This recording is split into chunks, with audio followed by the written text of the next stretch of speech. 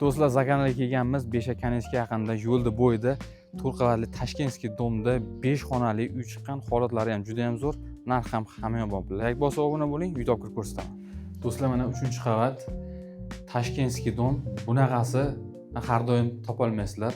Hujjat bo'yicha 95 kvadrat foydali maydon va 5 xonali kvartira. Hujjat bo'yicha 5 xona. Tashqaridan kirish qismi, kengina koridorlar ko'rish mumkin.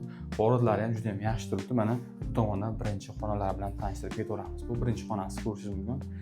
Isitish tizimi bor, barcha xonalarda radiatorlar bor. Kengina koridor va bu tomonni ko'rsatilgan bo'lsak, mana bu yerda hojatxonasi joylashgan. Ariston o'rnatilgan, yon yoqdagi devorlariga kafellar qilingan, yaxshi holatda turibdi. Bu tomon esa oshxonani o'rni bo'lgan. Oshxonani 6 metrli verandasiga chiqarib 6-xona qilib qo'shgan, ko'rishingiz mumkin. Oshxona jihozlari qoldiriladi. 6 metrli veranda romlari, akfa romlarda ko'tarib qo'shgan. Bu yerda esa zal joylashgan, ko'rishingiz mumkin. Kattagina zal, bu yerdagi mana bu yumshoq mebellar qoldiriladi. Isitish tizimi barcha xonaga kirgan aytib o'tganimizdek. Abo'ylari ham xuddi yangidek turibdi. Ya'ni urinib ketmagan.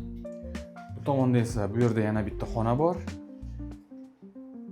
Bolalar xonasi sifatida foydalansangiz bo'ladi. Mana bu yer umumiy sanuzel. Oyoqdagi devorlar kafel qilingan. Bu tomonda esa yana bitta xona. 5 xonali 6 xonaga o'zgartirilgan 3-qavatda kvartira. Juda ham yaxshi holatda. Bu yerda kladovka va mana bu oxirgi xonasi ko'rishingiz mumkin. Yotoqxona, katta yotoqxonasi. Bu ko'rib turgan jihozlar ham qoldiriladi. Do'stlar, uyni qisqacha tanishtirib o'tdik. Zakanalda Beshakanechga yo'lda bo'yida 4 qavatli Tashkentskiy dom 3-qavatda 5 xonali kvartira. Holati juda ham yaxshi holatda turibdi, ko'rib turganingizdek. Va aytib o'tgan jihozlarimiz qoldirilyapti va 45 ming dollar so'rashmoqda. Albatta ozroq kam bor. Qiziqqanlar o'zi quyidagi raqamlarga aloqaga chiqsangiz bo'ladi. Bizni kuzatishda davom eting, like bosib obuna bo'lishni unutmang. Sizlarga eng zo'rlarini davom etamiz.